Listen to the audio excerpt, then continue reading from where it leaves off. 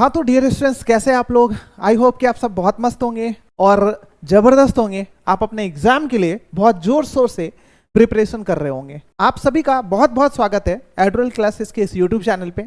जैसा कि आप सभी को बहुत अच्छे से पता है कि अभी हम लोग क्वाड्रेटिक इक्वेशन, जो चैप्टर आपका क्लास 10 के मैथ का बहुत इंपॉर्टेंट चैप्टर है, उसको कवर कर रहे हैं। ठीक है, मतलब शॉर्ट शॉर्ट जो अपने पास कंसेप्ट हैं, एक एक लेक्चर में, शॉर्ट लेक्चर में हम लोग एक एक कंसेप्ट को बहुत अच्छे तरीके से कंप्लीट करते हुए आ रहे हैं, जिसमें हमारा ऑलमोस्ट अभी तक के टोटल 4 लेक्चर्स जो है अपने यूट्यूब चैनल एडुअल क्लासेस पर अपलोड हो चुके हैं। यदि अभी तक आपने उन लेक्चर को नहीं देखा है तो प्लीज़ अभी फटाफट जाके एक बार वो लेक्चर जरूर देख लीजिए, जिससे आपकी जो है क्वाड्रेटिक इक्वेशन के जो बेसिक कॉन्सेप्ट हैं वो बहुत अच्छे से क्लियर हो जाएगा। क्योंकि आज की लेक्चर जो है ये 5वां लेक्चर है, जिसमें हम लोग कहीं ना कहीं एक और भी बहुत इंपॉर्टेंट अपने पास कंसेप्ट हैं, जो टॉपिक हम लोग कह सकते हैं, उसको कवर करने वाले हैं। और आज के इस लेक्चर में अपने पास जो इंपॉर्टेंट टॉपिक है वो क्या है, तो वो मैं आपको बता दूं कि अपने पास कुछ वर्ड प्रॉब्लम के क्वेश्चंस हैं, उसको करने वाले हैं। देखिए, वर्ड प्रॉब्लम नाम सुन के ही बहुत बच्चे को लगता है कि आखिर इसको कैसे सॉल्व किया जाएगा, मतलब उसको सॉल्व करने में बहुत परेशानी होती है, बहुत दिक्कत होती है। ठीक है, उसको समझ में नहीं आता है कि आखिर कौन से स्टेप्स को पहले फॉलो करूं और किस तरीके से सॉल्व करूं। तो आज का ये वीडियो जो है आपके लिए इसलिए बहुत खास होने वाला है। वर्ड प्रॉब्लम में आपको किस तरीके से सोचना है और कैसे अटेम्प्ट करना है, सबसे पहला स्टेप आपके लिए क्या होने वाला है, उसको हम लोग आज इस वीडियो में के अंदर जो है अच्छे तरीके से कवर करने वाले हैं। इसलिए इस वीडियो को आपको लास्ट तक देखना है, और लास्ट में यदि आपको ये वीडियो देख के बहुत अच्छा लगता है तो प्लीज़ आप अपने दोस्तों के साथ भी ये जरूर शेयर कीजिएगा। ठीक है, ताकि वो भी बहुत अच्छे तरीके से इस वीडियो को देख के अपने कंसेप्ट को अच्छा कर सके, उनकी भी कंसेप्ट मैथ्स में जो है काफ़ी अच्छा हो सके, है ना। तो चलिए बिना लेट के हम लोग आज शुरू कर रहे हैं। अपने पास सबसे पहले एक एग्जाम्पल है वर्ड प्रॉब्लम का, उसको पढ़ते हैं। ठीक है, और उसके बाद उसी वर्ड प्रॉब्लम से हम लोग स्टेप बाय स्टेप हर एक कुछ को कंप्लीट करेंगे अच्छे तरीके से, और सीखेंगे कि आखिर किस तरीके से वर्ड प्रॉब्लम के क्वेश्चंस को आपको अटेम्प्ट करना है एग्जाम के अंदर। ठीक है, देखिए आपके पास एक पहला क्वेश्चन जो है वो दिख रहा होगा। क्वेश्चन है, कह रहा है find 2 numbers whose sum is 27 and product is 182। मतलब आपको 2 ऐसे नंबर फाइंड करने हैं जिसका सम जो है वो कितना होना चाहिए, 27 होना चाहिए, और उसी दोनों नंबर का प्रोडक्ट बोले तो क्या मल्टीप्लीकेशन जो है वो 182 के बराबर होना चाहिए। मतलब आपको 2 नंबर फाइंड करना है। देखिए ये चैप्टर क्वाड्रेटिक इक्वेशन का है, तो इसलिए चाहे वो वर्ड प्रॉब्लम वाले क्वेश्चंस होंगे तो उसको सॉल्व करने के लिए, मतलब इसमें टोटल हमें कितने वैल्यूज निकालने हैं, आप कहेंगे सर 2 वैल्यूज निकालने हैं। 2 वैल्यूज कौन से? क्योंकि 2 नंबर निकालने हैं, और उन दोनों नंबर का सम जो है वो कंडीशन लगा हुआ है कि दोनों नंबर का सम जो है वो 27 होना चाहिए, और उसी दोनों नंबर का मल्टीप्लीकेशन जो है वो 182 के बराबर होना चाहिए, है ना। तो इसी दोनों नंबर को हमें फाइंड करना है। तो देखिए क्वाड्रेटिक इक्वेशन तो अभी हमारे पास ऑलमोस्ट गिवन है नहीं। डायरेक्टली यदि क्वाड्रेटिक इक्वेशन गिवन होता तो हम आराम से वैल्यू निकाल सकते थे, लेकिन अपने पास क्या है, अपने पास वर्ड प्रॉब्लम है, मतलब स्टेटमेंट है, और स्टेटमेंट से हमें सॉल्व करके क्या करना है, इसके 2 नंबर को फाइंड करना है। ठीक है ना। तो चलिए इसमें 2 नंबर तो फाइंड करना है। अब एक बात बताइए मुझे, 2 नंबर फाइंड कैसे होंगे? तो भाई स्टेटमेंट से सबसे पहले यदि आप इक्वेशन इसका सेट कर लेते हैं, स्टेटमेंट से यदि आप इक्वेशन सेट कर लेंगे तो बताइए इक्वेशन को सॉल्व करके तो हम आराम से 2 वैल्यू निकाल सकते हैं, है ना। तो सबसे पहले वर्ड प्रॉब्लम में हमें करना क्या होता है कि इक्वेशन सेट करना होता है। किसी भी वर्ड प्रॉब्लम को सॉल्व करने के लिए सबसे पहले आपको इक्वेशन सेट करना होता है। ठीक है, और उसके बाद फिर आप इक्वेशन को सॉल्व करके आराम से जो स्टेटमेंट की रिक्वायरमेंट होती है, जो क्वेश्चन की रिक्वायरमेंट होती है, उसको आप आराम से फाइंड कर सकते हैं। तो अपने पास जो क्वेश्चन है उसका सबसे पहले हमें इक्वेशन सेट करना है। अब देखिए इसका इक्वेशन आखिर किस तरीके से हम लोग सेट करेंगे। देखिए क्वेश्चन में आपको जब कभी भी जो भी फाइंड करने के लिए बोला जाता है, आप हमेशा याद रखिएगा वर्ड प्रॉब्लम वाले जितने भी क्वेश्चंस हैं उसमें जो भी आपको फाइंड करने के लिए बोला जाता है उसको हमेशा हम लोग लेट कर लेते हैं।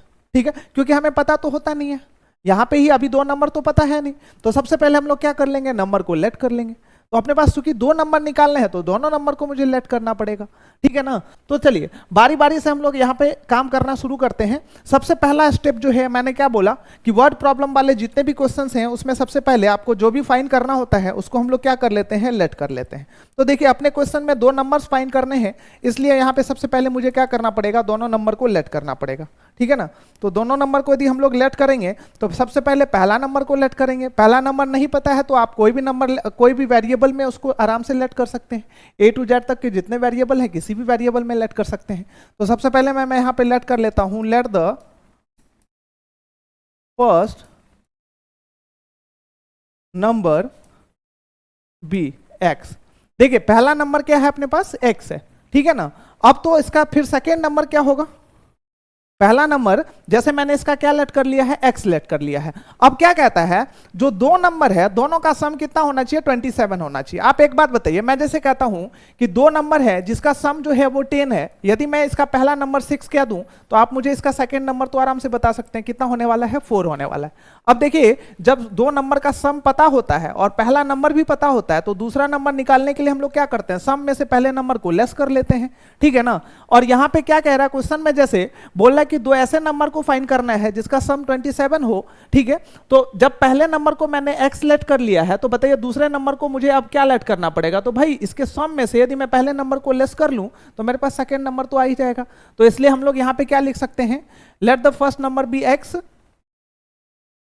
And second number, second number कितना हो जाएगा बताइए, इसका सम कितना है 27 माइनस में क्या x, ये हमारा सेकेंड नंबर हो चुका है। तो देखिए फर्स्ट और सेकेंड नंबर तो हमने यहाँ पे लेट कर लिया। अब हमें क्या करना है, अकॉर्डिंग टू क्वेश्चन चलना है, क्योंकि क्वेश्चन में क्या बोल रहे हैं कि दोनों नंबर का जो प्रोडक्ट है वो कितना होना चाहिए, 182 होना चाहिए। तो बहुत आसान है, पहला नंबर हमने x जब लेट किया है और दूसरा नंबर 27 माइनस x लेट किया है तो दोनों का प्रोडक्ट मतलब क्या, मल्टीप्लीकेशन। तो x इंटू में क्या लिख सकते हैं बताइए, 27 माइनस x लिख सकते हैं, और इक्वल्स में इन दोनों का प्रोडक्ट कितना होना चाहिए, 182 होना चाहिए, तो बराबर में 182 लिख दिया। अब देखिए इसको सॉल्व करना है तो x को 27 से मल्टीप्लाई करेंगे तो 27x, और माइनस में क्या हो जाएगा x स्क्वायर, और इक्वल्स में कितना हो जाएगा 182। अब ये कौन सा इक्वेशन हो चुका है देखिएगा ध्यान से, तो ये क्वाड्रेटिक इक्वेशन हो चुका है, और यहां से हम आराम से क्या कर सकते हैं, दोनों नंबर को फाइंड कर सकते हैं। तो चलिए इसको सॉल्व करना है, अब आराम से आप सॉल्व कर सकते हैं। सॉल्व करने के लिए तो बताया ही आपके पास दो मेथड होते हैं, पहला क्या फैक्टराइजेशन मेथड और दूसरा क्या फॉर्मूला से। आप चाहे तो फैक्टराइजेशन मेथड से भी सॉल्व कर सकते हैं, या तो आप चाहे तो फॉर्मूला लगा के भी दोनों वैल्यू को आराम से सॉल्व कर सकते हैं। तो चलिए इसको सबसे पहले क्या करते हैं, इसके स्टैंडर्ड फॉर्म में ले आते हैं। अब इसको सॉल्व करने के लिए मैं क्या करूंगा, इसके ये वाला जो टर्म है आरएचएस के टर्म को, उसको भी क्या करूंगा एलएचएस की तरफ लेके आओ। तो यहाँ पे 27x माइनस में क्या लिख दिया x स्क्वायर, और माइनस में कितना 182, इक्वल्स में कितना 0। अब देखेंगे इसको अरेंज करना है तो माइनस में x स्क्वायर और प्लस में कितना 27x और माइनस में कितना 182, इक्वल्स में कितना हो गया है 0। अब इसमें क्या करना पड़ेगा, माइनस चूंकि x स्क्वायर से पहले लगा हुआ है तो इसको हटाना है, तो माइनस का साइन क्या करना है आपको कॉमन लेना है। माइनस में कितना हो जाएगा 27x और प्लस में कितना हो जाएगा 182, इक्वल्स में कितना हो गया 0, ठीक है। तो अपने पास अब ये माइनस के साइन जो हमने कॉमन लिया था उसको इस तरफ करेंगे तो अपने पास जो इक्वेशन है एक्स स्क्वायर माइनस में कितना हो चुका है 27x और प्लस में कितना हो चुका है 182, इक्वल्स में कितना हो चुका है 0, ठीक है। तो अब ये क्वाड्रेटिक इक्वेशन हो चुका है। अब इस क्वाड्रेटिक इक्वेशन को सॉल्व करना है मुझे। सॉल्व करने के लिए हम लोग क्या करते हैं, फैक्टराइजेशन मेथड अप्लाई कर लेते हैं। आपके ऊपर है, चाहे तो आप क्या कर सकते हैं, अल्फा और बीटा के फॉर्मूले से भी डायरेक्ट इसके वैल्यू को निकाल सकते हैं, ठीक है। तो देखिए फैक्टराइजेशन मेथड में मैंने क्या बोला था बताइए, सबसे पहले सी टर्म का क्या करना है, दो मल्टीपल्स में इसको डिवाइड करना है जिसका सम मिड टर्म के बराबर आ जाए। तो अब 182 का इसका पेयर निकालने के लिए मुझे क्या करना पड़ेगा, एलसीएम लेना पड़ेगा। तो 182 का एलसीएम यदि लेंगे तो 2 9 जा 18, 2 1 जा 2। अब यहाँ पे क्या कर लग सकते हैं, 7 से किया तो 13 हो गया, मतलब 7 और 2 को एक साथ रखेंगे तो 14 और 13 एस के दो मल्टीपल्स हैं जिसको सम करके, मतलब जिसका सम जो है वो 27 भी आ जाता है और इन दोनों को मल्टीप्लाई करने के बाद तो 182 आएगा ही, क्योंकि उसी का ये मल्टीपल्स है। तो अब यहाँ पे क्या करेंगे, मिड टर्म को दो ऐसे पार्ट में हमें डिवाइड करके लिखना है। तो एक्स स्क्वायर, और चूंकि माइनस में 27x लाना है तो 14x को सबसे पहले किस चीज में लिखना पड़ेगा, माइनस में। अगेन 13 को भी किस चीज में लिखना पड़ेगा, माइनस में। और प्लस में कितना लिखना पड़ेगा 182, इक्वल्स में कितना 0। अब देखिएगा इन दोनों टर्म में से यदि कॉमन लेंगे तो x कॉमन ले लिया तो x माइनस में कितना हो चुका है 14।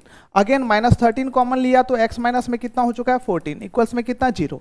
अब यहाँ पे x माइनस 14 दोनों में कॉमन मिल रहा है, फिर से अगेन कॉमन लेंगे तो x माइनस 14 कॉमन लेने के बाद रेस्ट टर्म जो है उसको क्या करना है हमें दूसरे ब्रैकेट के अंदर।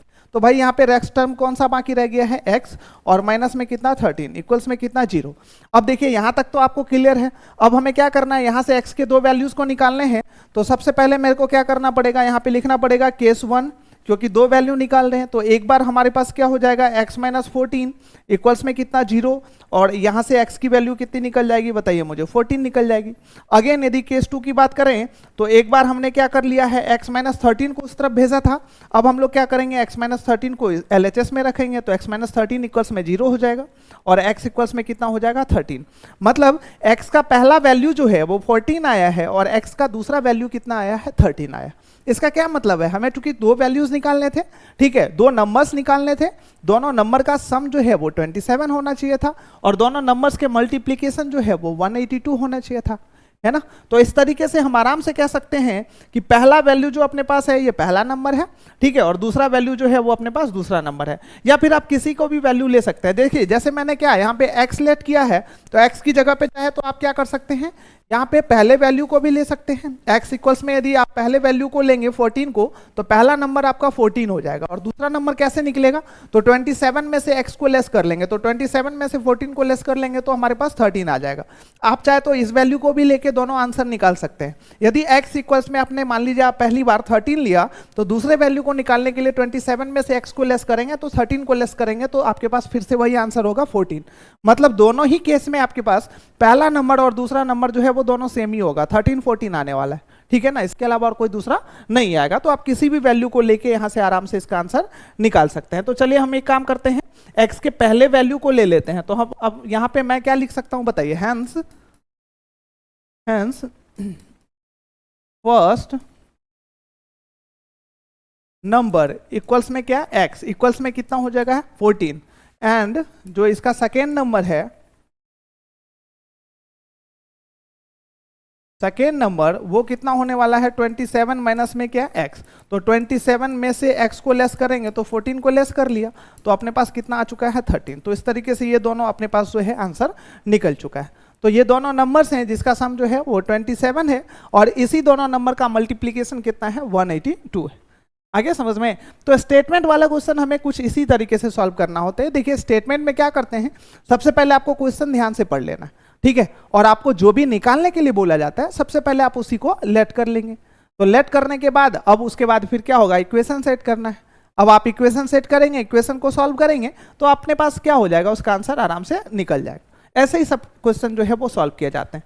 चलिए एक एग्जांपल तो हमने अभी जस्ट कर लिया है, अब इसी के ऊपर जो है एक और वर्ड प्रॉब्लम वाले जो क्वेश्चन है उसको करते हैं, उससे आपको और ज्यादा अच्छे से क्लियर हो जाएगा, ठीक है। तो देखिए अपने पास दूसरा भी क्वेश्चन है कुछ इस तरीके का। दूसरा क्वेश्चन क्या है, तो उसको एक बार पढ़ती है, फटाक से पढ़िए।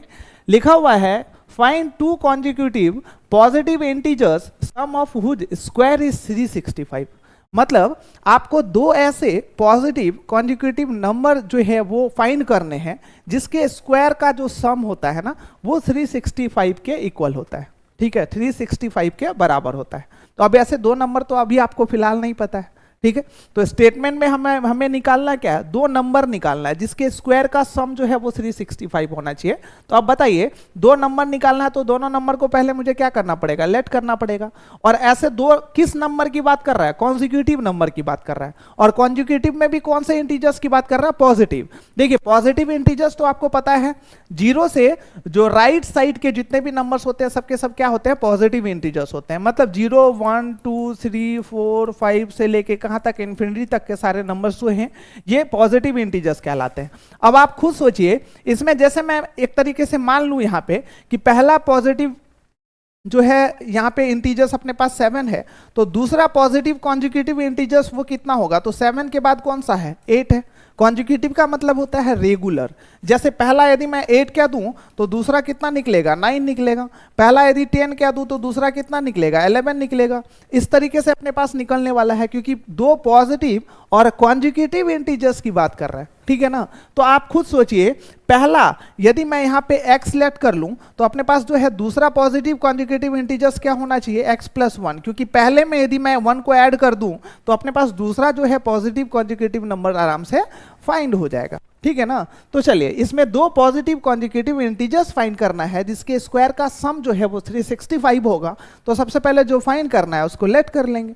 इस क्वेश्चन में भी हमें सेम तरीके से चलना है, ठीक है ना। तो चलिए सबसे पहले हमें क्या करना पड़ेगा, इस क्वेश्चन में यहाँ पे लेट करना पड़ेगा। और लेट क्या करेंगे, सबसे पहले पहला पॉजिटिव कॉन्जिक्यूटिव इंटीजर्स को लेट कर लेंगे। तो यहाँ पे सबसे पहले मैं लिख लेता हूँ सॉल्यूशन, है ना, और यहाँ पे late the first positive consecutive integer b क्या हो जाएगा, x, ठीक है। Late the first positive conjugative integer b क्या हो जाएगा x।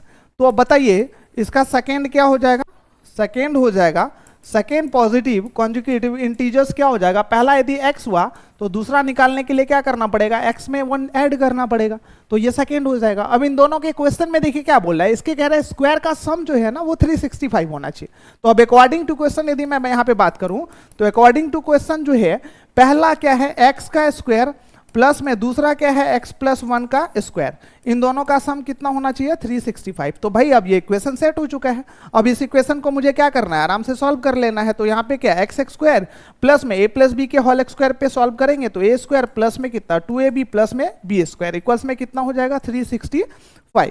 अब अगेन यहाँ पे x square plus x square कितना हो जाएगा बताइए, एक्स स्क्वायर और प्लस में एक्स स्क्वायर दोनों को ऐड करेंगे तो यहाँ पे हो जाएगा अपने पास 2x स्क्वायर, ठीक है ना, 2x स्क्वायर और प्लस में कितना है 2x है और प्लस में 1 इक्वल्स में कितना हो जाएगा 365। अब सारे टर्म को एक तरफ कर लेंगे तो 2x स्क्वायर प्लस में क्या 2x प्लस में 1 और माइनस में कितना 365 इक्वल्स में कितना हो जाएगा 0। अब इसको यदि सॉल्व करेंगे तो 2x स्क्वायर प्लस में कितना 2x और माइनस में कितना हो जाएगा 364 इक्वल्स में कितना 0। ठीक है, यहां तक तो क्लियर है। अब आप यदि गौर से देखेंगे तो यहां पे जो अपने पास इक्वेशन है इस सभी टर्म में से क्या हो रहा है, कुछ ना कुछ टर्म कॉमन आ रहा है, मतलब इन सभी में अपने पास 2 कॉमन आ रहा है। तो अब इसको कॉमन ले लेते हैं ताकि अपने पास जो क्वाड्रेटिक इक्वेशन है ये थोड़ा और इजी हो जाए। ठीक है, कॉमन लेने के बाद थोड़ा और सिंपल हो जाएगा तो सॉल्व करने में ज़्यादा आसानी होगी। तो इस सारे टर्म में से बताइए यहाँ से हम लोग इस इक्वेशन में से क्या टर्म कॉमन ले सकते हैं, 2 आराम से कॉमन ले सकते हैं। तो एक्स स्क्वायर और प्लस में क्या हो जाएगा x और माइनस में हो जाएगा 2 1 जा 2 और क्या 2 8 जा 16 और 2 2 जा 4 इक्वल्स में कितना 0। अब यहाँ पे अपने पास जो क्वाड्रेटिक इक्वेशन है प्लस x माइनस में कितना हो चुका है 182 इक्वल्स में कितना 0। अब ये क्वाड्रेटिक इक्वेशन आ चुका है। ठीक है, स्टेटमेंट से मैंने सॉल्व करके क्या निकाल लिया, इक्वेशन सेट कर लिया है। अब इस इक्वेशन को हमें क्या करना है, सॉल्व करना है। तो इक्वेशन को जब सॉल्व करेंगे तो अपने पास इसके आंसर आराम से निकल जाएगा, कोई दिक्कत ही नहीं है। ऐसे ही करके तो सारे लैंग्वेज वाले प्रॉब्लम जो है वो सॉल्व किया जाता है, वर्ड प्रॉब्लम जितने भी हैं सब इसी तरीके से सॉल्व होता है। सबसे पहले हम लोग जो उसमें निकालना होता है, आप ये सोच लीजिए आपको जो स्टेप्स मैं बता रहा हूँ, सबसे पहले आपको क्या करना है, जो वर्ड प्रॉब्लम में बोला जाता है निकालने के लिए सबसे पहले उसको लेट कर लेना है और लेट करने के बाद क्या इक्वेशन सेट कर लेंगे। ठीक है ना, इक्वेशन में जो कंडीशन होगा उस हिसाब से आराम से हम लोग इक्वेशन सेट कर सकते हैं। अब उसको सॉल्व करके आराम से उसको क्या कर सकते हैं, उसके वैल्यू को फाइंड कर सकते हैं जो हमें स्टेटमेंट में निकालने के लिए बोला जाता है। जैसे अपने पास ये वाला क्वाड्रेटिक इक्वेशन आ चुका है, अब इसको हम आराम से क्या कर सकते हैं, सॉल्व करके इसमें x की वैल्यू निकाल सकते हैं। तो देखिए इसमें अब मैं अगेन कौन से इसमें मेथड को अप्लाई करूंगा, तो फैक्टराइजेशन मेथड को अप्लाई करूंगा। ठीक है ना, तो फैक्टराइजेशन में आपको ऑलरेडी पता है कि सी टर्म के जो है 2 ऐसे मल्टीपल्स में इसको डिवाइड करना है जिसको लेस करके मिड टर्म के बराबर लाना है, क्योंकि सी टर्म से पहले माइनस का साइन लगा हुआ है। तो अब इसका अगेन क्या होगा, 182 का अगेन जो है इसके 2 पेयर क्या होने वाले हैं 14 और 13 होने वाला है। ठीक है, क्योंकि 14 में से 13 को लेस कर लेंगे तो 1 भी आ जाएगा। तो चलिए अभी इन दोनों पेयर में लिखना है एक्स स्क्वायर और प्लस में क्या हो जाएगा 14x और माइनस में कितना 13x माइनस में कितना 182 इक्वल्स में कितना 0। देखिए प्लस में 14x को क्यों लिखा, ये चीज़ तो आपको अच्छे से क्लियर होना चाहिए, बेसिक कंसेप्ट का पार्ट है। क्योंकि मुझे प्लस में x लाना था और 14 और 13 से लाना है तो बड़े वाले का साइन जो है वो मुझे प्लस में करना पड़ेगा। अब यहाँ पे स्टार्टिंग के दोनों टर्म में कॉमन लेंगे तो x हो जाएगा कॉमन और x plus 2 x plus 14 bracket के अंदर, अगेन 13 कॉमन आ रहा है तो x प्लस में कितना 14 जो है वो ब्रैकेट के अंदर हो जाएगा। ठीक है, अब यहाँ पे x प्लस 14 अगेन कॉमन मिल रहा है तो अगेन हम लोग दोनों टर्म में से कॉमन ले लेंगे तो x माइनस 13 क्या हो जाएगा दूसरे ब्रैकेट के अंदर हो जाएगा और इस तरीके से हमारे पास ये इक्वेशन हो जाने वाला है। अब यहाँ से हमें क्या करना है भाई, यहाँ से वही दोनों केस जो है दोनों की वैल्यू निकालनी है। पहले बार हम लोग क्या करेंगे x माइनस 13 को उस तरफ करेंगे RHS तरफ करेंगे तो x प्लस 14 इक्वल्स में कितना हो जाएगा 0 और दूसरी बार क्या x माइनस 13 इक्वल्स में 0 करेंगे। ठीक है, x प्लस 14 को यदि RHS में भेजेंगे तो x माइनस 13 इक्वल्स में कितना हो जाएगा 0। तो चलिए दोनों स्थिति में या दोनों केस में इसके आंसर्स को अब मुझे फाइंड करना है। तो पहला केस हम लोग यहाँ पे आराम से लिख सकते हैं, केस 1 x प्लस 14 इक्वल्स में कितना 0। तो यहाँ से जो x की वैल्यू है वो कितनी आ गई है हमारे पास, x की जो वैल्यू है वो कितनी आ रही है, x की वैल्यू आ रही है अपने पास माइनस में 14। अगेन यदि केस 2 की बात करें तो केस 2 में जो है अब x प्लस 14 को यदि हम लोग उस तरफ करेंगे तो अपने पास देखिए इक्वेशन क्या है, x प्लस 14 को उस तरफ किया तो x माइनस 13 इक्वल्स में कितना हो जाएगा 0। तो x माइनस 13 इक्वल्स में कितना 0। तो यहाँ से x की जो वैल्यू है वो कितनी आ चुकी है बताइए, x की जो वैल्यू है वो कितनी आ चुकी है अपने पास 13 आ चुकी है। x इक्वल्स में कितना 13, तो इस तरीके से आ चुका है। अब देखेंगे गौर से, तो एक वैल्यू जो है वो माइनस में है और दूसरा वैल्यू किस चीज में है, प्लस में। मतलब हमें फाइंड क्या करना था, पॉजिटिव इंटीजर्स फाइंड करना था, ठीक है। तो अपने पास x का जो पहला वैल्यू है वो माइनस में, मतलब ये कौन सा इंटीजर्स हो गया है, ये नेगेटिव इंटीजर हो गया। तो ये वैल्यू तो अपने पास फ्लॉप हो चुका है, इस वैल्यू को हम लोग कंसीडर नहीं कर सकते हैं। अब अपने पास x की जो सेकेंड वैल्यू है 13, इसको लेके हम आराम से इसके आंसर को दे सकते हैं या इसके आंसर को फाइंड कर सकते हैं, क्योंकि ये कौन सा वैल्यू है, पॉजिटिव इंटीजर्स है। तो अब मैं यहाँ पे क्या लिख सकता हूँ बताइए मुझे, hence first positive consecutive integer equals में हमने x लेट किया था, तो इक्वल्स में हमें क्या कंसीडर करना है 13, ये पहला हो चुका है। और सेकेंड की बात करें तो सेकेंड हमें कैसे निकालना है, उसमें एक ऐड कर लेना है, and second positive consecutive integers क्या हो जाएगा x प्लस 1। तो 13 में यदि मैंने 1 को ऐड कर लिया तो 13 प्लस 1 में कितना हो चुका है 14। मतलब ये दोनों वो पॉजिटिव और कॉन्जिक्यूटिव इंटीजर्स हैं जिसके स्क्वायर का सम जो है ना वो कितना होने वाला है 365 होने वाला है।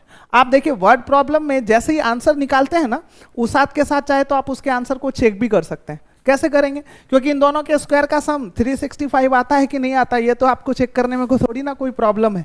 तो मान लिया कि 13 का स्क्वायर बताइए मुझे कितना होता है, 169 होता है, और 14 का स्क्वायर कितना हो गया बताइए 196।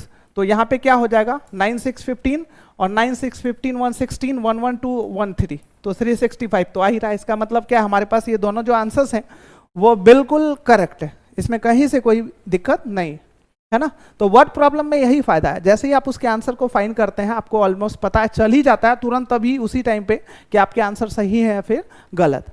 तो इसी तरीके से जितने भी वर्ड प्रॉब्लम वाले क्वेश्चन है उसको हम लोग सॉल्व कर सकते हैं, ठीक है। देखिए अभी हम नहीं चाहते हैं कि हमारा वीडियो जो है वो काफ़ी ज़्यादा लंबा हो जाए, शॉर्ट वीडियो से हम लोग चाहते हैं कि बहुत अच्छे तरीके से अपने कंसेप्ट को मजबूत कर लें। इसलिए इस वीडियो में हम लोग बस इतना ही करने वाले हैं। अब इसके बाद और भी जो अपने पास इंपॉर्टेंट क्वेश्चन है उसको नेक्स्ट वाले वीडियो में करेंगे, है ना। तो इसी तरीके से लगातार आपको हमारे एडुअल क्लासेस के साथ जुड़े रहना है ताकि आपके कंसेप्ट बहुत अच्छे हो जाए। और देखिए प्लीज़ आप अपने दोस्तों के साथ भी वीडियो जरूर शेयर कीजिए ताकि उनका भी कंसेप्ट बहुत अच्छा हो जाए, है ना। चलिए मिलते हैं फिर नेक्स्ट क्लास में, तब तक के लिए आप सभी का बहुत बहुत धन्यवाद। और इसी तरीके से लगातार हमारे एडुअल क्लासेस के यूट्यूब चैनल को लाइक शेयर और सब्सक्राइब करते रहिए।